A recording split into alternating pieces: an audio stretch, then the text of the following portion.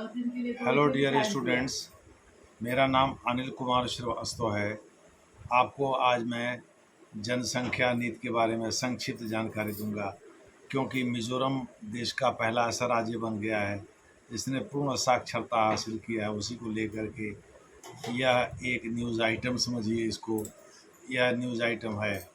दूसरे शब्दों में, सरकार ने अब की आज की डेट में 95% का एक टारगेट रखा। अगर कोई राज्य या कोई राज्य खास करके हम लोग भारत के राज्य की चर्चा कर रहे हैं, अगर वो 95% का कोटा प्राप्त कर लेता है, दूसरे शब्दों में अगर उसके यहाँ 95% लोग साक्षर हो जाते हैं, तो वह पूर्ण साक्षर राज्य कहलाता है। पहले 90% का कोटा था, तो केरल इसमें नंबर 1 था।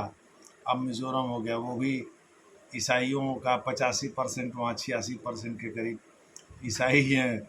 वहाँ ज़्यादातर आदिवासी ईसाई धर्म ग्रहण कर लिए हैं। बहरहाल, ईसाई लोग पढ़ते लिखते ही हैं, क्योंकि पढ़ाई लिखाई उनका एक आवश्यक पार्ट उनके जीवन का। तो इस प्रकार से आप कह सकते हैं मिज़ोरम देश का पहला ऐसा राज्य बन गया है जिसने पूर्ण साक्षरता का अपना लक्ष्य पूरा कर लिया है। वहाँ 95% लोग पूर्ण रूप से साक्षर हो गए हैं।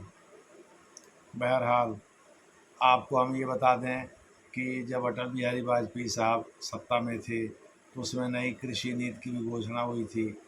उसके साथ साथ जनसंख्या नीति की भी घोषणा हुई थी। हालांकि इस बारे में, जनसंख्या नीति के बारे में पहली बार वर्ष 2000 में ही चर्चा हुई थी। उसके बाद फिर वर्ष 2003 में 87वें संविधान संशोधन अधिनियम के द्वारा पॉपुलेशन स्टेबलाइजेशन के लिए 2045 के तो पॉलिसी था, लेकिन परिसीमन के लिए 2026 के पहले, यानी लोकसभा की सीटें 2026 के पहले नहीं बढ़ सकती हैं, ऐसा प्रावधान किया गया था। मुझे लगता है नारी बंधन अधिनियम, जो कि अनुच्छेद 330 के अंतर्गत क्रिएट किया गया है, 330A के अंतर्गत, जिसमें महिलाओं को 1/3 1/3 आरक्षण दिया जाएगा लोकसभा में। राज्यसभा में तो कोई आरक्षण होता नहीं है, लोकसभा में ही दिया गया है, क्योंकि जनता के द्वारा सीधे इसी में चुने जाते हैं लोग। तो इस मामले में जो है नारी बंधन विधेयक को 2026 के बाद लागू किया जाए। नारी बंधन अधिनियम अब हो गया, विधेयक तो आ रहा है, अब तो पारित हो गया संसद के दोनों सदनों द्वारा।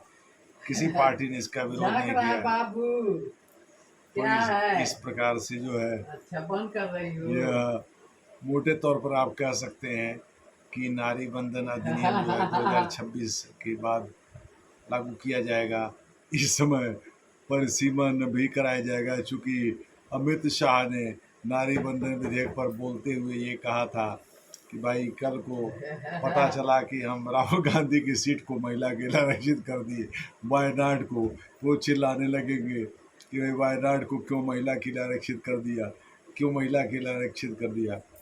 ऐसा माना जा रहा है कि करीब 950 सीटें लोकसभा की हो जाएंगी, और परिसीमन के बाद 2026 के बाद, 2026 तक तो कोई संशोधन नहीं हो सकता, 2026 तक कोई बदलाव नहीं हो सकता।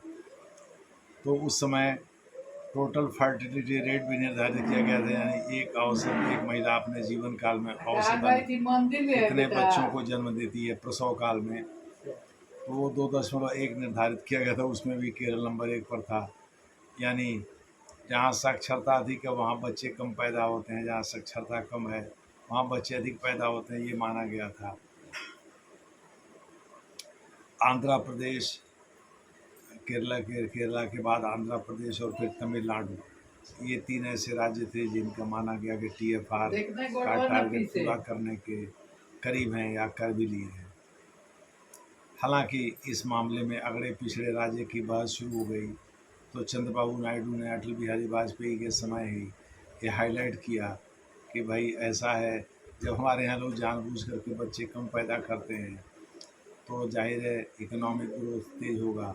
तो झूठ मूठ में आप इस बहस में उलझाए हुए हैं कि हम अगड़े हैं और दूसरे पिछड़े हैं, पिछड़े राज्यों को ज़्यादा केंद्र से फंड मिलना चाहिए, फाइनेंस कमीशन के रिकमेंडेशन के तहत ये सब चीज़ें उठी थी। तो मोटे तौर पर आप कह सकते हैं उसमें 90% क्राइटेरिया था जिसमें केरल फिट बैठता था। बाद में इसको अपवार्ड रिवाइज कर दिया गया था, 95% कर दिया गया था। तो मिज़ोरम भारत का पहला ऐसा राज्य बन गया है जिसने 95% के टारगेट को पूरा कर लिया है, यानी पूर्ण साक्षर राज्य बन गया है। तो इस पर जो है मिज़ोरम को क्या लाभ होगा क्या नहीं, ये तो बाद की बात है। लेकिन शिक्षा केवल पैसा कमाने और नौकरी पाने के लिए ज़रूरी नहीं है। अपने ये जस्टिस सगीर अहमद और जस्टिस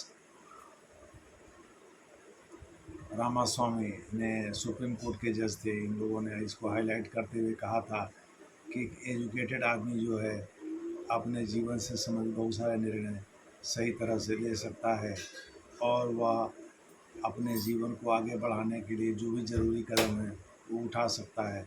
तो साक्षरता केवल नौकरी पाने के लिए ही नहीं होती, साक्षरता अपने जीवन से जुड़े अहम फैसले लेने से भी संबंधित होती है।